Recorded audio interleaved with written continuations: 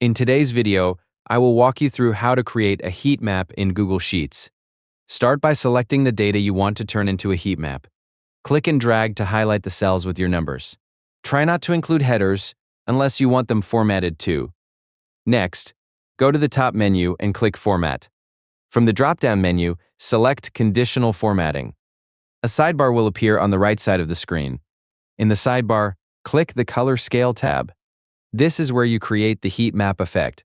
Now choose your colors. Set a dark color for the maximum value, a lighter color for the midpoint, and the lightest color for the minimum value. This creates a smooth color gradient across your data.